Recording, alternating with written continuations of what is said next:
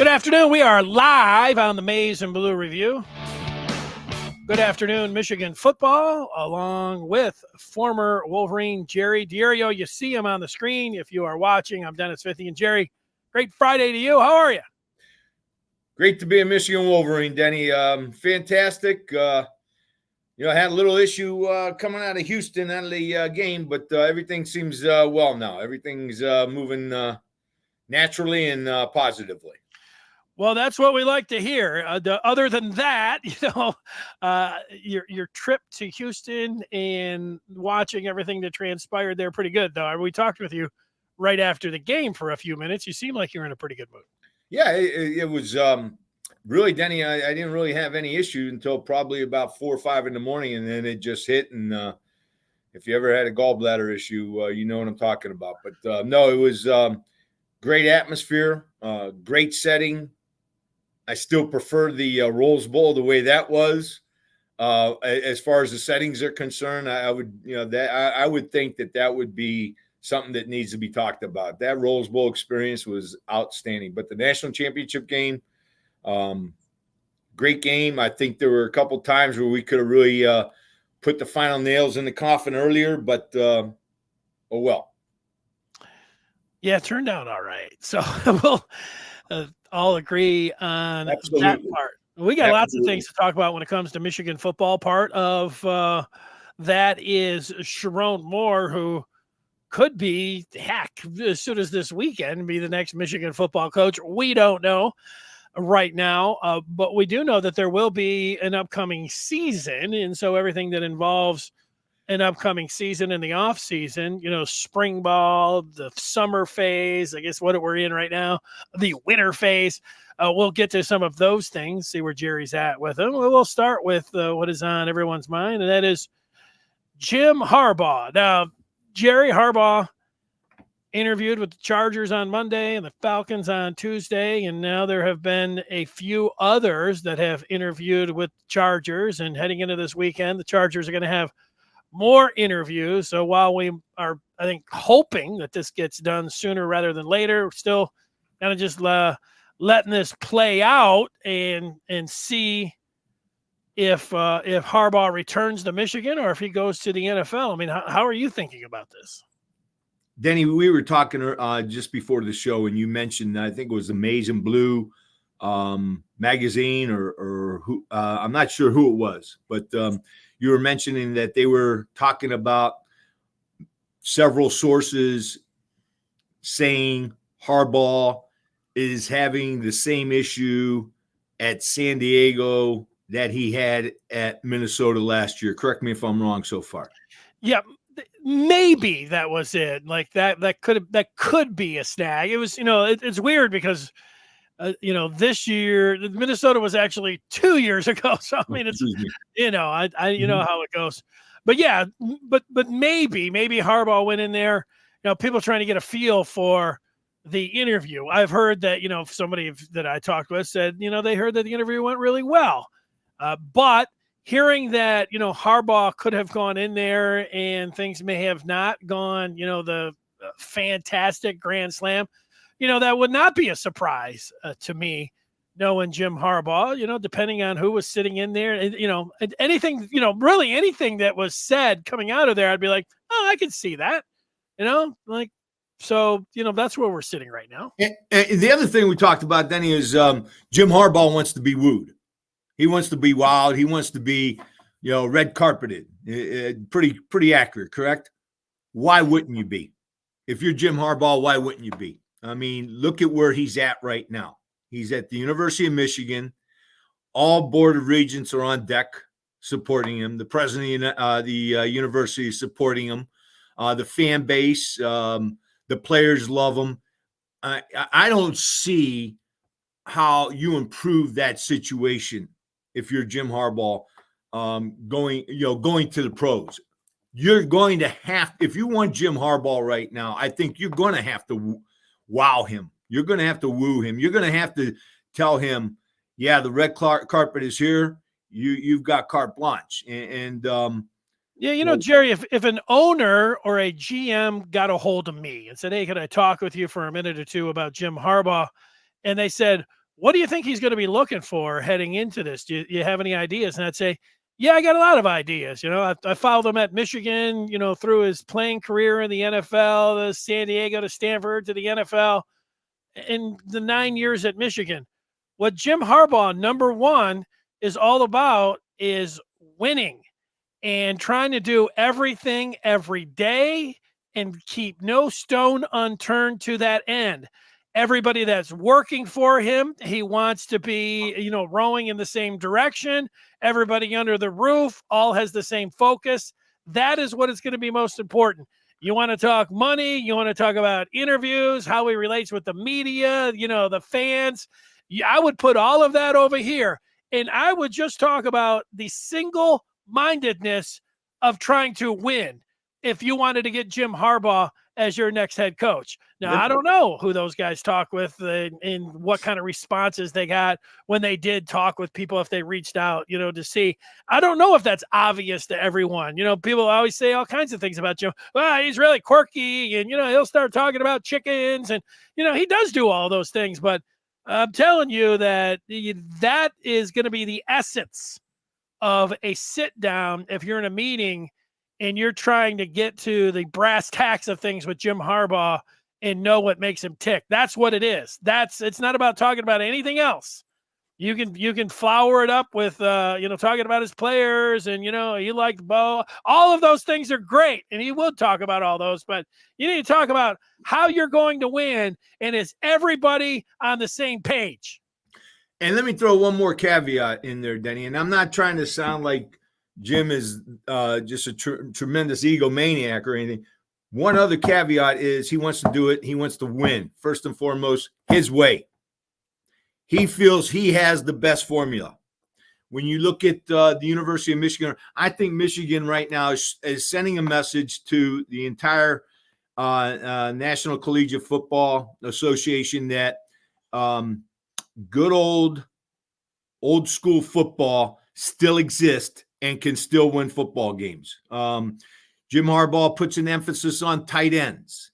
He puts an emphasis on athletic, quick, strong offensive linemen and running backs that complement one another, and phenomenal defense. And so Jim Harbaugh, he knows what he wants. He knows how he's going to get it. And I don't think Jim Harbaugh wants a lot of people telling him to, change, and you need to do it this way, and you need to do that. And no, I think Jim Harbaugh, yes, I agree, Denny. He wants to win first and foremost. He wants to dominate first and foremost. And he wants it his way because he knows his way works. And I think that is that's going to be a bottleneck.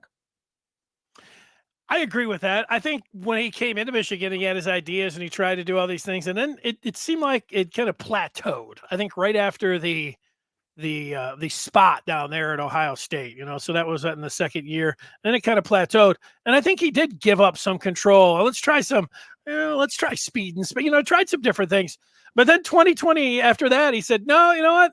If I'm going down the way I want to go down," and then it worked for him. Let's answer some of these questions. Mark is asking who leaked the terms of Harbaugh's new contract. Hard to believe Harbaugh did it. Is leaking responsible? And the Michigan administrators have 3-panel protection, so why not Jim Harbaugh? Well, I'll answer some of this, Jerry. You can come in at any point. I would say at different points, both sides have leaked things about this contract. Jim Harbaugh wanting protection, right now, all Michigan fans are behind Jim Harbaugh. So if there's a snag in the contract, Jim Harbaugh's side will be able to come out and say, look, this is what he wants. So I would say that was Harbaugh's side. About a month ago, when the season was going on and there was the leak, like, Michigan has got a contract and it's sitting there and it's ready. And, that was the administration. That was Ward Manuel's office leaking that. I thought that was pretty easy to follow. Is it responsible? It's part of the game. It's part of negotiations. That's how it's played. Each side will use the media when they feel like it's for their best interest. So this 3-panel protection, and should Harbaugh have the protection? Should Michigan have the protection when it's coming down to that? I don't know how much of that you've followed there, Jerry, but, Michigan's in a position where, with Jim Harbaugh wanting this protection, I don't think Michigan's in a great spot to say, no, we're not giving you this protection. You're either with him or you're against him when it comes down to this. Well, yeah, I agree with you totally, Denny, that this is a two-sided out front media negotiation.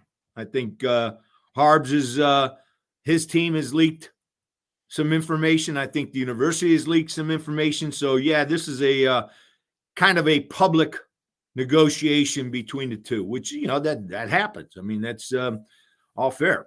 As far as the administrative 3-panel protection, first of all, it's unfortunate that we're here because remember, at the end of the day, these are shallow at best investigations. I mean, the NCAA came out and said there was no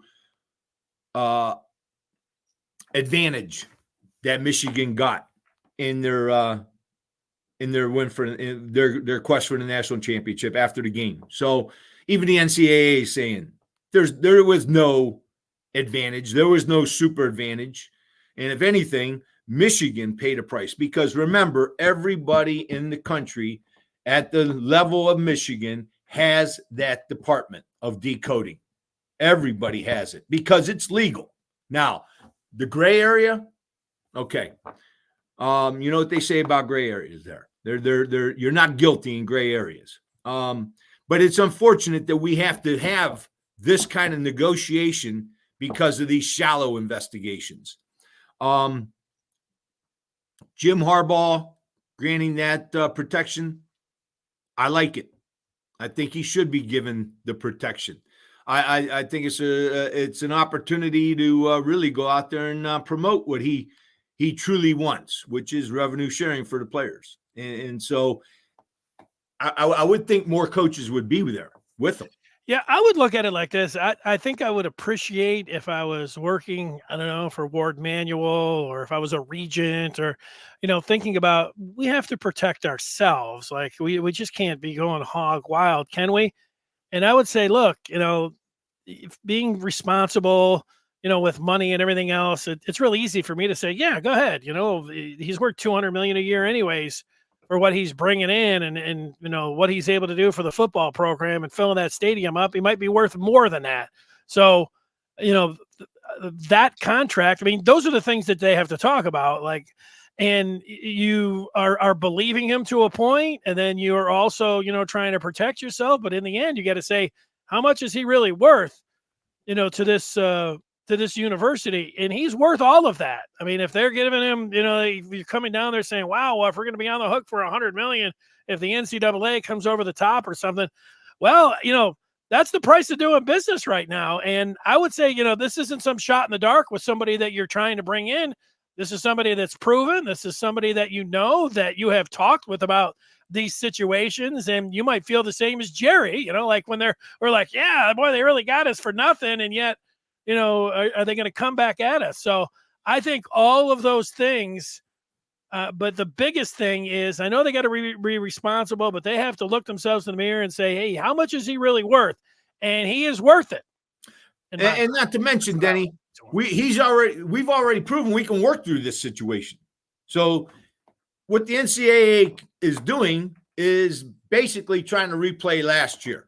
And so, in my opinion, we've already worked through this kind of stuff. I think Jim and the rest of the staff they've deserved to move on. All right.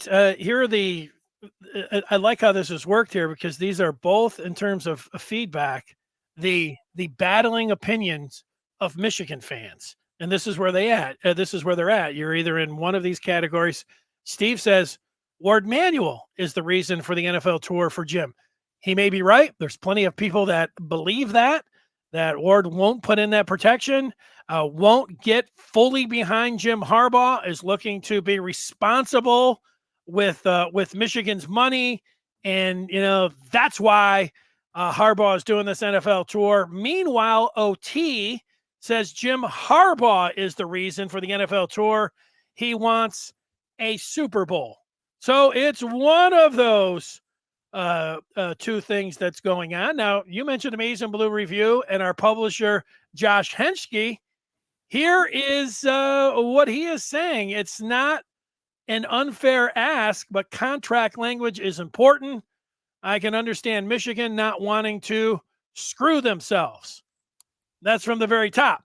Now, there we are. This is where we're at with this. Josh saying that I nailed it. So, well, thanks, Josh. It's nice to hear once in a while me hitting the nail on the head. But that's where we're at with this. If it really is, I had somebody, Jerry, tell me yesterday, he's like, don't focus on the money. Don't focus on the money. They were talking about the endowment. And I said, well, billions of dollars, that's not for athletics or borrowing against. And he said, yeah, but Michigan's got money when it comes down to this more than anybody out there. So don't focus in on the money. And yet you have I don't have a lot of money, Jerry, but when I talk with people that have a lot of money, they have a lot of money because they follow certain rules and do certain things and put certain protections in. So, but I don't know if it's an at the end of the day type thing. You really have to think about his value and the risk that goes along with that.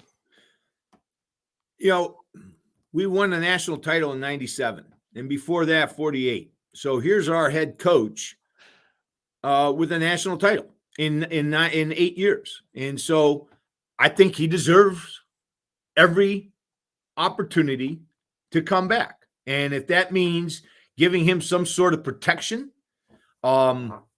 against the NCAA, I say we've already done it. And we can do it. We've proven we can do it. And I say go for it because, again, at the end of the day, they're shallow. They're shallow investigations. And we don't know where the NCAA is heading anyways. We don't. So I want to say this to everyone. Josh is working hard right now. I'm surprised he's able even to take in a couple minutes of the show today because he's on the phone endlessly talking with people about what's going on, not only in Ann Arbor, but now he's got to reach out his tentacles to Washington, to Atlanta, to LA. And if you like this kind of discussion, this is what's going on all the time. I can say people like, I don't like the discussion. There's other things there as well, but all day, all night, talk, speculation, news on Jim Harbaugh and his situation. You want that? Well, that's where partly you could join in and say, yeah, the Amazing Blue Review is for me. I'm saying join up with Amazing Blue Review today by going to michigan.rivals.com. It's just Michigan discussion. This is top of mind right now, what Jerry and I are talking about. But, you want to look at quarterback recruiting, Julian Sayin, decommitting, and how everything's going to work behind the scenes and what Michigan's doing with their philosophy with Harbaugh, if it's going to be Sherrone Moore in recruiting and the transfer portal, what 2024 will look like. Those are the kind of things that are being discussed all day, all night. We just give you a little taste here on the Good Afternoon Michigan football program. So with that, Jerry, we have too many Michigan shows. There's too many Michigan shows. Well, Shady, that's a good thing. That's a good problem to have. If there's too much Michigan content, what I say you do is you pick the one you like the most, and that's the one that you don't have too many masters. Just go with the one that you feel like is the best. So, Jerry, Sherrone Moore. If Jim Harbaugh, we find out right now, is going to be named the next head coach of the LA Chargers. Again, this is just me making this hypothetical. I don't want that to happen, everyone. The best thing for Michigan football is for Jim Harbaugh to come back and sign with Michigan.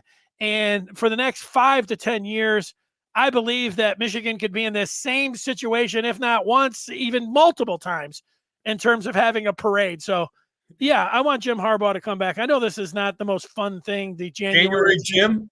Is that what I read on the last post? January Jim? It's not the most fun, but even 2 years ago, when it looked like he was this close to being gone to Minnesota, the succession plan was in that Sherrone Moore was going to be named the next head coach. And that's the way it's looked for a while. And if we found out, like I said, that he was gone to LA now, it would be expected that Sherrone Moore would be the next head coach. Now, there have been people saying, well, what about a national search?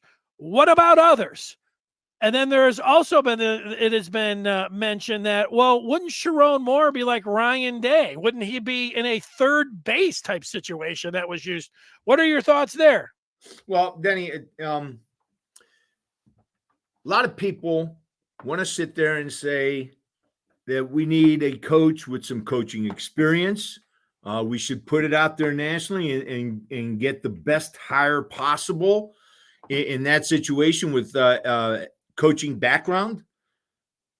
And I totally respect that opinion. There's nothing wrong with that opinion, and very valid, very valid.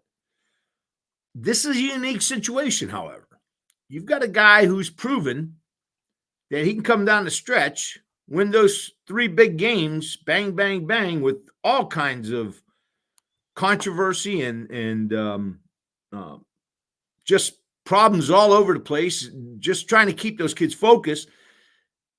I kind of have that feeling Sherrone Moore has the right, or has earned the right, to be the next Michigan head coach if Jim Harbaugh leaves. I understand the valid issues and the valid arguments the other side has. I think it's going to be a real hard sell not to have.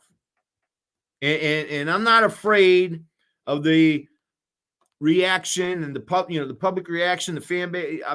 That's we want the best head coach, but at the end of the day, he's done some pretty good things as far as proving himself. Yeah, it's one of these things. I don't think there's one correct answer. Every situation is different. I remember growing up when Jimmy Johnson took the Dallas Cowboys and won some Super Bowls, and then he didn't get along with Jerry Jones, and then Barry Switzer went in there, and Barry Switzer won the next year. And I always said, I could win with Barry Switzer. I mean, this is a joke. Like, the team's in place, he doesn't have to do anything. It was like, okay, that he actually was one of those third base, even closer to home than third base. But I look at who are the very top college football coaches right now, and besides Jim Harbaugh, Jim Harbaugh, earned it by going to San Diego. Then he went to Stanford. Then he went to the pro. So there was no third base situation with Jim Harbaugh. But I look, like Kirby Smart, before, he's won 2 straight national championships before this. He was the defensive coordinator for Alabama, and Georgia said, let's hire him. He had no head coaching experience. That was a great hire. That was not a third base situation. Dabo Swinney, who went to Alabama, then went to Clemson as a wide receivers coach, and just worked up the ladder to offensive coordinator to head coach. You could say, I don't know, like, he built that from nothing. I know Georgia was pretty established, and guys like Lincoln Riley at Oklahoma, that was the same thing. Quarterback coach, offensive coordinator, head coach. All 3 of those were promotions, 2 of them promotions from within, another one without any head coaching experience. So, yeah, I mean, I think what Jim Harbaugh said was one of these, like, it was a Harbaugh idiom. He said it to take a shot and, to troll Ryan Day, and Michigan fans ate it up, and they can't stop, bringing it to him. That's his nickname now in third base. And so, and then trying to apply it to Sherrone Moore. It's just like when Harbaugh said, who's got it better than us? Well, for the first 8 years, there were other teams. And in fact, when he was saying it, there you might have been able to pick like 10 teams that had it better than us. This year, actually, nobody did have it better than us. So, he finally rang the bell on that. But, you can't take these Harbaugh idioms.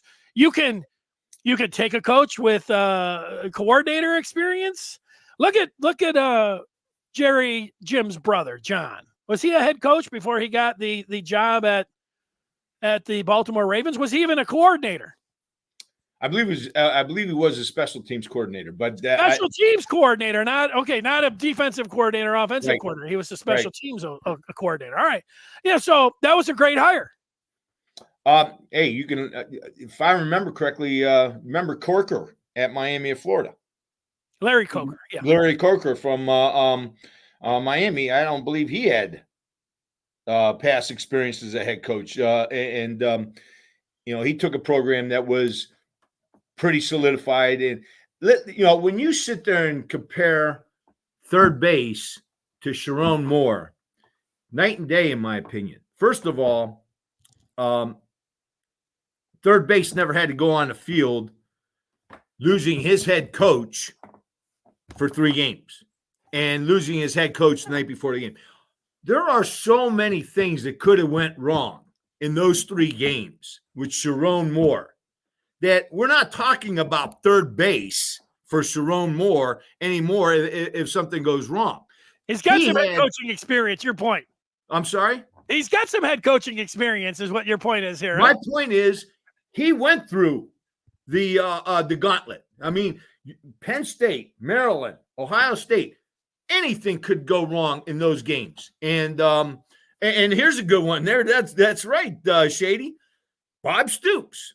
Shady is saying that Bob Stoops is out there and has home run or has head coaching experience. Now you have experience with the Stoops, and absolutely. How old is Bob? Are we talking about Bob Stoops? Bob Stoops is in his 70s now, isn't he? No, he's 64. He's 2 years older than me. Okay. And remember, Bob Stoops in the second year won the national title, and he had Mike Stoops as his defensive coordinator. You could say the same thing about Mark Stoops. Mark Stoops had no head coaching experience. They gobble him up at Kentucky, and look at the job he's done at Kentucky. There's 2 people have won at Kentucky: Bear Bryant and Mark Stoops. And so, in my opinion, was Gary Moeller a good Michigan football head coach to succeed Bo Schembechler? My opinion, Gary Moeller was the hardest working coach. God rest his soul. The hardest working coach I'd ever been in contact with. The guy ate, slept, drank, lived football 24/7 all the time. And I remember one thing he told me. He said, Jerry, when you're going into coaching, you can't love coaching. You can't love football. It's not about love of football. Everybody loves football. It's this desire where you can't live without it, that it's got to consume every aspect of your life at that level. And Gary was at Illinois. He was a former head coach. You're right. That's the one. That's the part. He did go through the ranks with Bo. He did. And when he took over, I think he was more than ready. And I don't think the Illinois experience was necessarily what got him ready as much as it was all the responsibility that Bo gave Gary. Remember, Gary was go ahead, Jerry. Sorry, I was kidding. Gary was a defensive coordinator, offensive coordinator, quarterbacks coach, linebackers. So he's had those experiences. And Sherrone Moore, offensive line coach. I'm going to tell you right now, Denny, I'm an old offensive lineman, so you guys can beat me up all you want, but the game's won up front, first and foremost. You better be able to win up front. So Sherrone Moore's got that on his resume, number 1. Number 2, he's offensive coordinator. And, you have an offensive line coach being your offensive coordinator, where his emphasis is, running the football. And I think he's done a phenomenal job with that. And interim head coach for 2 top 10 teams and one of the best offenses in the country. That's kind of gaudy.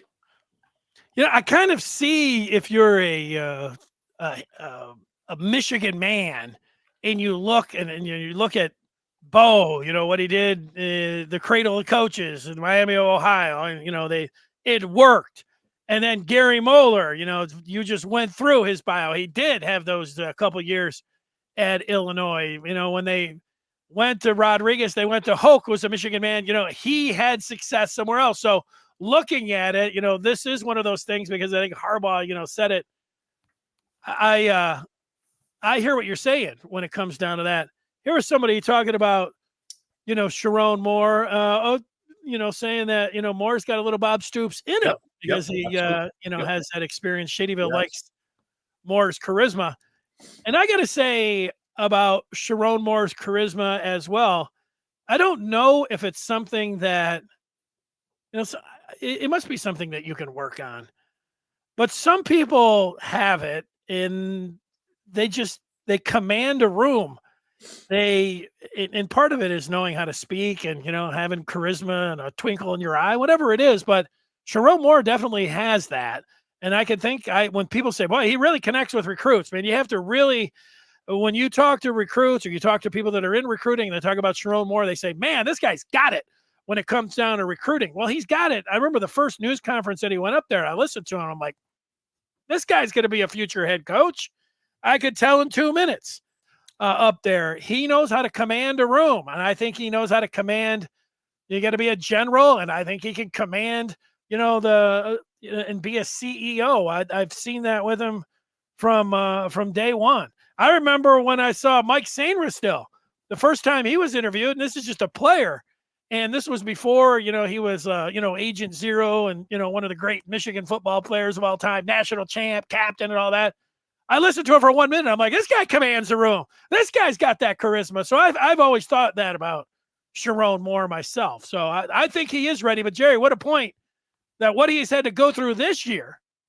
And some of that, the offensive line, he went for it on a lot of these fourth downs. When you talk about game management and what you got to do with the clock and what you have to do when you're going for it, until you get into that, what he did at Penn State and Maryland, and even before you get to Ohio State, those were pressure cookers, all those different plays. He was going for it left and right on fourth down. He ran the ball nonstop, against everybody's wishes that were watching, saying that this is going to be the death of Michigan. And it worked for him. What a job he did. How many teams have come out with 7 offensive linemen on the field at the same time with 2 tight ends, with a tight end and a fullback, and just pound you. 30-plus runs in the second part of the game against Penn State at Penn State. I mean, that's gutsy. That's a coach right there. I don't care. He's not the head coach. It's not fair because he had all help. When you're in the heat of the battle, those are the decisions that have to be made by a head coach. And he made those decisions, and they were very rewarding. And I gotta tell you, if I'm a defensive coordinator, it would have put the fear of God into me to see 7 offensive linemen march out there with Corum and Bredesen in front of them. That was unbelievable what he did. That innovation, and that's what head coaches are made for. You hit the nail on the head, Denny. He's going to be a head coach somewhere, some way, someday. There's no question about that. That's a fundamental. If Harbaugh leaves, if Jim leaves, I think he's earned it. But again, we're speculating on if Jim leaves in the first place. I'm worried, to be honest with you. I'm kind of concerned with losing more when Harbaugh stays. I hope we have somebody in place there for that position because of what great a job he did all year. I agree with you. I think the same thing can be said about Jesse Minter. The Ravens have another coordinator that is sitting there, Steve Clinkscale, who's co-defensive coordinator. He's the logical choice, and he has watched, for these last couple of years, this defense. I would think that, Klink would be ready to, slide in there and Youngstown guy, he's got to be ready. Yeah. You're right. And I mean, if he hadn't seen this defense ever, and certainly he'd have his own, wrinkles and things like that, but I would think he would. It reminds me a little bit with Sherrone Moore. Was it last year, even the year before? So he was co-offensive coordinator, and I thought Harbaugh was just giving those titles kind of just to give them. It felt like Matt Weiss was the one that was calling the plays. I know they said it was collaborative, and I believe that it was collaborative during the week, but I don't feel myself that it was collaborative during the game. It just didn't make any sense. Didn't make a lot of sense to a lot of people, but they were adamant that was the case. But everybody was like, "No, it's really Matt Weiss." Well, then it was Sherrone Moore this year. He absolutely was calling the plays. We say, "Well, Harbaugh with Bennett in his ear." Well, then when they got to the tough part of the schedule, Penn State, and they had to go through Maryland, and then they had to play Ohio State. That was Sherrone Moore was the head coach and the offensive coordinator of those things. So, he gets and the offensive line coach. So he gets a couple. Maybe he should have got a little extra bonus, when it came down to that. No, I totally agree. I think he did a phenomenal job. I don't think anybody's going to dispute that. All 3 games were pivotal on plays, and I think he made all the right decisions. Jerry, the news out of Columbus, Ohio State, they're not just sitting back and crying about losing 3 games in a row to Michigan. I mean, they're mad, but they're spending money hand over fist, like a bunch of ne'er-do-wells that they are. You give them money, they'll spend it before the sun goes down or comes up, I guess in their case. That's how they're acting. And then they went out there and they hired Bill O'Brien as their offensive coordinator. Bill O'Brien, who's at Alabama, was the Texans head coach, Penn State head coach. What do you think of the hire for the Buckeyes with O'Brien? Well, what is his philosophy going to be come into Ohio State? Is he going to be more on the third base side where it's a little bit more open? Remember, I'm not buying the fact that third base tried to upgrade or toughen his team this year by running the ball. Again, I'm going back to recruiting. You recruit those types of players. You don't just magically say, we're going to run the ball today when we have recruits that were recruited to throw the ball. So that, number one, what is his philosophy going to be? Is he going to be more of a run-oriented complement offense, or is he going to expand on third base's philosophy of throwing the ball and going after those recruits? And that's going to impact their recruiting. What are they going to recruit? That's going to tell me where they're going to go as far as their offense is concerned. O'Brien, he has a wealth of knowledge. He has a wealth of experience. He's done a good job at Houston, and he was with Saban in Alabama. So obviously he's got experience. He brings a lot to the table. But the bottom line is, what is his philosophy going to be? And we're going to find out what his philosophy is going to be by who they recruit. And in my opinion, they're still recruiting those wide receivers, trying to go after those 5-star quarterbacks. I don't think they're securing what they need to secure to run the ball. Yeah, and I think Michigan's approach, it's like they say in business, when whoever is getting, they say location, but they also say first in wins. That's something they say in radio. They say that in business a lot. And Michigan's first in on toughness and winning up front. And Ohio State's direction was, we're flying high and throwing the football. We're going to go after those 5 stars. We're going to go after those 5 stars. We want those wide receivers. And that's why I think those star systems are very subjective. There's no science. If there was a science, we wouldn't be playing the games. Those 5 stars are very subjective. And in my opinion, the people that are going out with those star ratings are looking at those glamour positions, the wide receivers, the quarterbacks, the big offensive linemen that are hard to get around, that take time to get around. So I think that's where the emphasis has been on those star systems.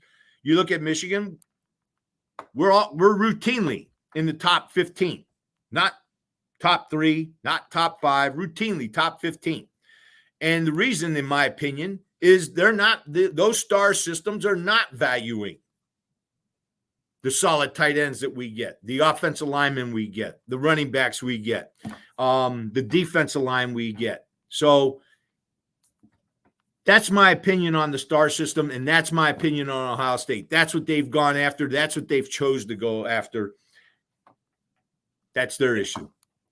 I wish Michigan could get more 5 stars and guys that are rated even higher than they get. I wish it didn't have to be like this either or thing, because it's kind of like, would you rather be, get all of these 5 stars, or would you like to concentrate on team building and development? I was like, I'd like a little bit of both. So that's my answer to it. I don't but you gotta, play one side here. So, Michigan's development and team building. Now, can you do that without getting the top tier talent? I mean, would JJ McCarthy have gone to Michigan 4 years ago, 3 years ago, and committed in if the groundwork was what it is right now in terms of NIL and all that? I mean, that's going to be an argument for another day, but Harbaugh will come back with a plan, and getting the top talent is always going to be part of it, but top talent that fits into the kind of team that you want to have. The system. Yeah. Right. Exactly. You can go after these 5 stars. If they don't fit the system, you're going to have conflict. Yeah. That's why I was hoping that, okay, Michigan can follow that, but maybe they should get in and, maybe they should pay Underwood. Maybe they should pay Dante Moore. Maybe, and, I don't know how it ended up. Michigan's got Jaden Davis, who's not chopped liver. He'll be coming in as a freshman. He will be involved in spring ball. And Jerry, that gets us to our next point here, and that is Michigan football in 2024. Does that start now? And the winter conditioning and heading into spring ball. It certainly does start in spring ball. There'll be a quarterback competition. I mentioned Davis, the quarterback out of Charlotte, North Carolina. The Michigan has a couple other QBs. They're waiting to hear if Jack Tuttle, the IU grad transfer, is going to get another year.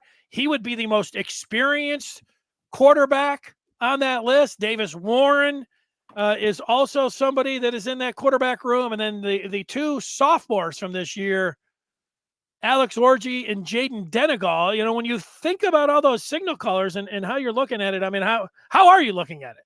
Well, first of all, I'm at the hotel after the game, and I saw some of the guys that hadn't played much this year. And man, those guys are thinking about getting in those positions that those people are leaving in right now. They're already starting to think about, I'm going to win that position. They're thinking about that the day after the game. Yeah, they're happy for the win. They're happy to be national titles. They're going to get their ring. But to a player that didn't see much action this year, they're thinking, I'm getting that position. It's my turn now. Just like Georgia did 2 years ago. We're gonna reload. We're not rebuilding. We're gonna reload. Those kids were pretty much to it. Everyone I met, they're the same. They're thinking the same way. We're winning it again next year. I'm going to be in that position next year. I'm taking that position. And so, as far as the question, when does next year's football season start? With this many people leaving Michigan and moving on to the pros, that season started relatively quickly after the game. No question in my mind, because there's a lot of hungry players on that Michigan team that want to fill those positions that are being left behind. Yeah, I think about Tuttle.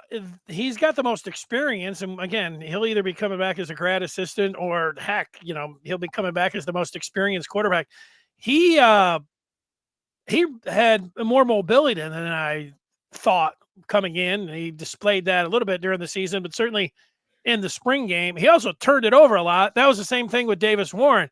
Pretty good arm, great story to have him in there, but he looked like he was turning it over too much. And that would, I don't know, so from what I've seen of those guys, that's going to be a big question. Both Denegal and Orji are interesting. Denegal, more of the pocket passer with a big, strong arm, but we also saw him lower his shoulder on a couple runs. I mean, he's a big dude that can run over some guys. And then Orji, he throws a pretty nice football, but we have just seen him lowering his shoulder, and we know he's, built like a brick house. So from those guys, and then, I don't know, Davis, he's more of a classic from what I've seen in high school and the tape. He looks to be more of a classic pocket passer, but with no college experience. Let's not forget something, Denny. JJ was not recruited by Ohio. What's that? JJ was not recruited by Ohio. They took other quarterbacks over him. Yeah, he was recruited, but in the end, they picked. They picked somebody over him. That's right. Okay, yeah. So and when let's not kid ourselves. We didn't win because of J.J. McCarthy this year. Big part of the reason we won. But if you were to name why we won a national title this year, I don't think anybody's going to argue that our defense was top notch and our top was the top team in the country this year. Our defensive side. So in my opinion, what we need to do is we need to secure that defense first and foremost. That is number one. Number two, you want to talk about quarterback. There is no real quarterback out there that's proven. You can sit there and talk about Dante Moore's on them. He hasn't proven himself. The new guy. That's true. The new guy from Belleville. He hasn't proven himself. Okay. Right. Underwood. Yeah, right. No. Okay. We haven't. There's not really anybody out there that's truly proven himself. And this is me. I saw one practice. I don't know anything. I like Denigol. Denigol is a young man from California, 6'5". What is he? 225, something like that. This kid has got a rocket arm. He has mobility. He can run. And we, like you said, Denny, we saw him run people over. We also saw him thread some needles this year in crunch time. This is a good quarterback. And I'd like to see a little bit of emphasis on him. Orji is a good quarterback. I think you're right about Tuttle. And so I think we have some quarterbacks in the pipeline. I don't think we should be spending our resources and our time going after. I think we need to secure that defense and make sure our defense is in the top 3 again next year. That's what I think our emphasis has got to be. And then our offensive line. Jaden Denigol on the Michigan football 23 roster is listed at 6'5", 235 pounds out of Apple Valley. How many times have we seen opportunities for JJ to run the ball, but we didn't run the ball because of fear that he was going to get injured? Most of the first half of the season, that was. Well, I would say even 75, 80% of the season. Yeah, I think he ran a couple times at Penn State that loosened him up, but I don't think it was a huge game plan to do that. I think Denigol is a kid where you can put him in that position where he can run the ball. And I like what he offers, what he brings to the table as far as his strength, his arm. You know, Denny, like I said, I saw one practice. Yeah. One practice. It was a very intense practice. It was one of the last scrimmages before the season. And I saw JJ on one team and Denigol on the other team. Now, JJ had problems because he had Graham in his face the whole time. He didn't have Zenner out there. He had Graham, and I think Grant was in his face the whole time. And Denigol was on the other team, and maybe he didn't get quite the rush that JJ was giving him. But I saw Denigol, and I thought, in my opinion, that one day, Denigol actually outplayed JJ. Now, again, personnel changes all that, okay? Changes all that. But I saw one day. And I like this kid. I like Jaden Denigol, and I think we've got other ones. But my thing is, first and foremost, we need to solidify some other areas of this team if we want to repeat. I like this kind of conversation, let's talk quarterbacks. They're like, no, I got to get the defense. And now here's Richard saying, how about both sides of the line here? Absolutely. In the trenches. Well, Richard, here's the deal. We do have some great defensive linemen coming back. I'm a little bit concerned with our edges. Stewart needs to be secured. No question about that. He needs to be. He's back. He said, when was this? Last week sometime. Oh, I thought he was still out there. Okay, great. Stewart says he is back. He says he is back. Fantastic. That is, you know what? That's the thing. He doesn't get, you hear Donovan Edwards is coming back. You hear some of these other guys coming back. I didn't hear about Stewart, and I've been following pretty decently. I don't know, maybe how I missed it. I don't know. But Stewart is a huge, huge key to our success next year. I mean, what he did to that right tackle in the Alabama game put Milroe on his back. I mean, he drove that right tackle, a 5-star recruit, into Milroe's lap on the goal line. That kid's a stud. He needs to be secure. Our defenses need to be secured, and our offensive line needs to be addressed, in my opinion. You get a good offensive line, and I do believe we have some returners coming back that didn't see the action this year that they would have seen with other teams. And I think we have some really good, fine offensive linemen in the cupboard, ready to step in. Yeah, the first thing we've got to see, and I guess we could say they're dominoes. We've got to see if Harbaugh is going to be the cook or not here for next year, and then Michigan has taken their, like I think the common thing, and I've said it myself, like they'll have these guys compete in spring, and if they think that there's another quarterback out there, well then maybe they'll look into the transfer portal. But we do have to remember that Harbaugh said that they're taking spring ball and they're moving it back a month because of how far they went in the college football playoffs again. That seemed like a smart move.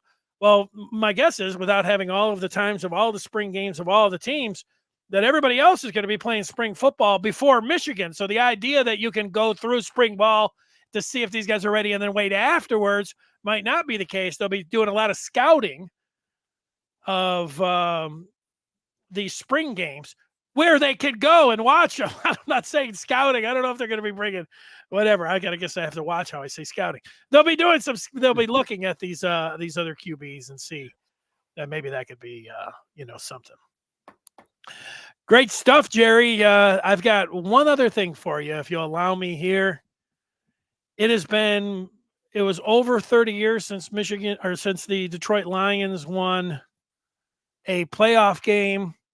Last Sunday night was one of the most intense football games I've ever watched, with the Lions beating the Rams by 1 point.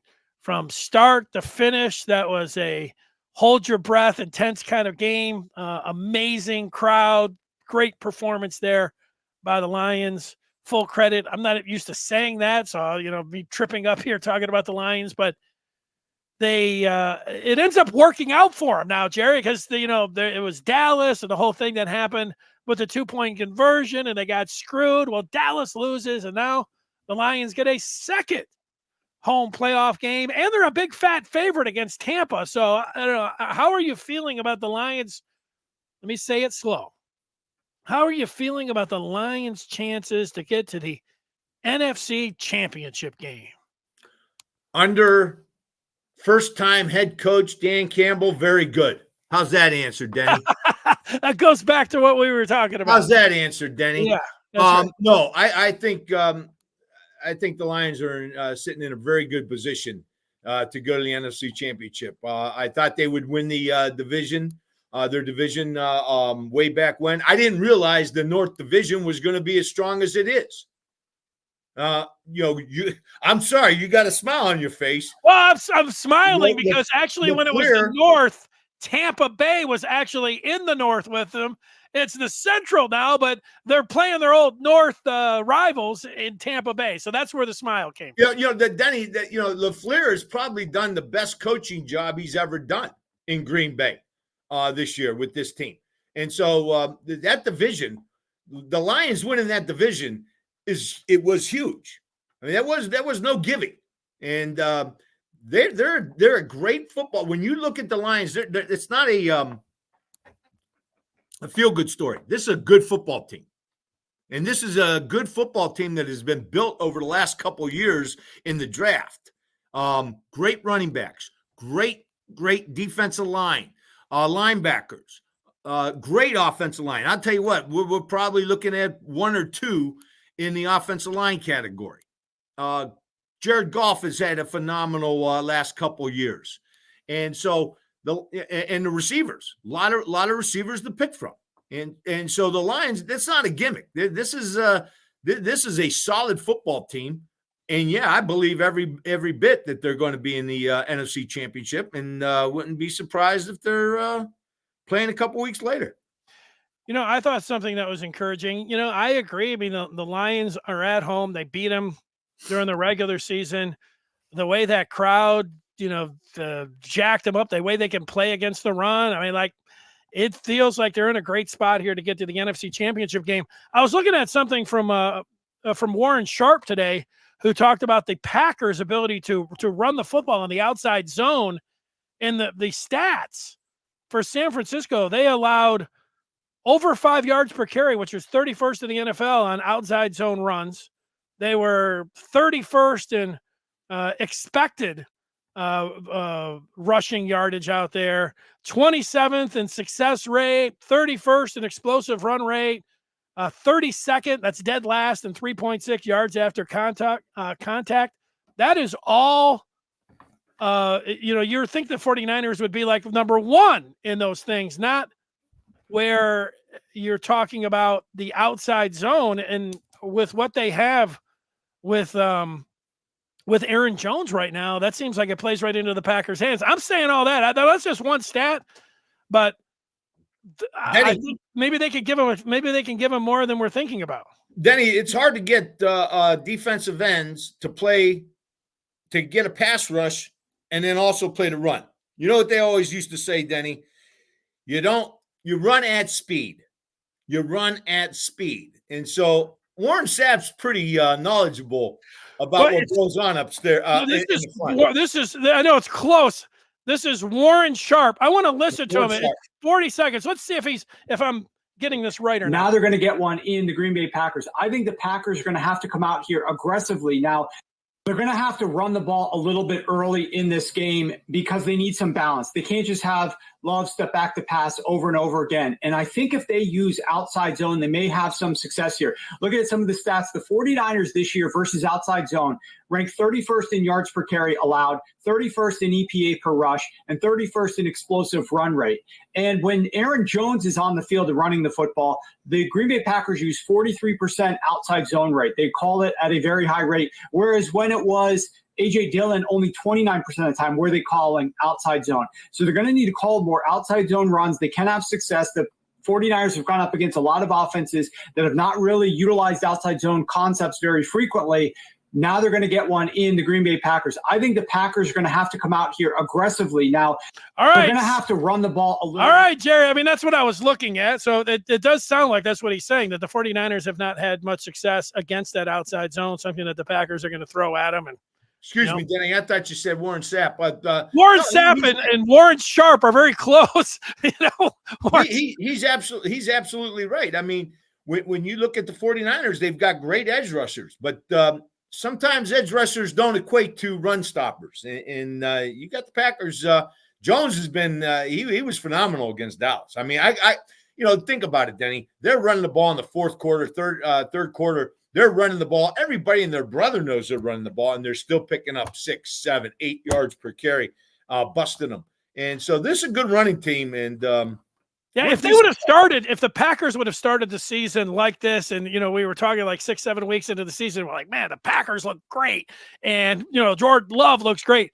And they just came on at the end of the season, and Jones had been hurt most of the season, and he looks as fresh and he looks as good as he ever has. So I don't know. So I am picking the Packers to keep it within 3 points against San Francisco. And I am taking the Lions to get to the NFC Championship game. I also think that they're going to just win by a smaller margin than what that spread says. I like the dogs this week. I also like the Texans to get in there, and I also like the Chiefs to I'm going to take the Chiefs outright against the Bills. So those are my picks. So I like all of the dogs this week. However, I think the Lions and the 49ers will prevail. I'm going to go with the favorites all the way around, Denny. I like Baltimore. All the way around. I like Baltimore. I think their team is that's a hard team to beat right now. Their defense is flying around, playing outstanding. You got great personnel. And you're laying the points here too. Like you're giving up 9.5 points. Jesus, Danny, what is the spread on the on 9.5 for the Ravens? 9.5, 10. So that's what I'm saying. Like, all right, I'm going to go with I'll go with Texans to cover. How about the other one? You're with me. How about the Bills? 9.5. The Bills. That's 2.5. I'm going to jump up and get you the current lines. I'm going to go with the Bills on that one. They'll win by a field goal. Win by a field goal. And let's see, the Packers are also getting 9.5 points. I'm going to take the Pack. See, there you go. The stadium. So you like some of these dogs. You're like me. And do you think the Lions will cover 6.5? Yes. There it is. All right, Jerry, is there anything that we did not cover? We talked a lot about what we were going to talk about, and I think we covered it all.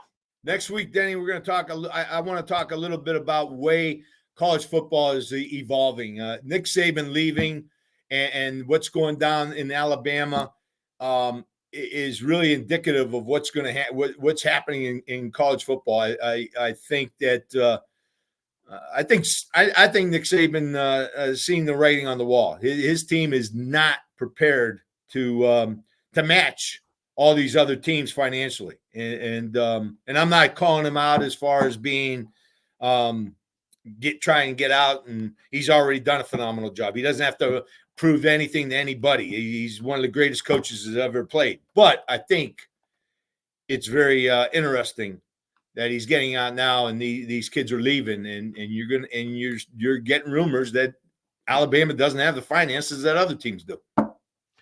I look forward to that, Jerry. You're very interesting, and we appreciate all of your knowledge today. Have a great weekend. Enjoy the games, and hopefully we're talking about the Lions actually being in the Final Four of the NFL playoffs, which would mean they would be in the NFC Championship game. Heck, hopefully the Packers win and the Lions would host another game. Wow, that would be something. Hail to the victors, Denny. There he is, Jerry Diorio. Thanks for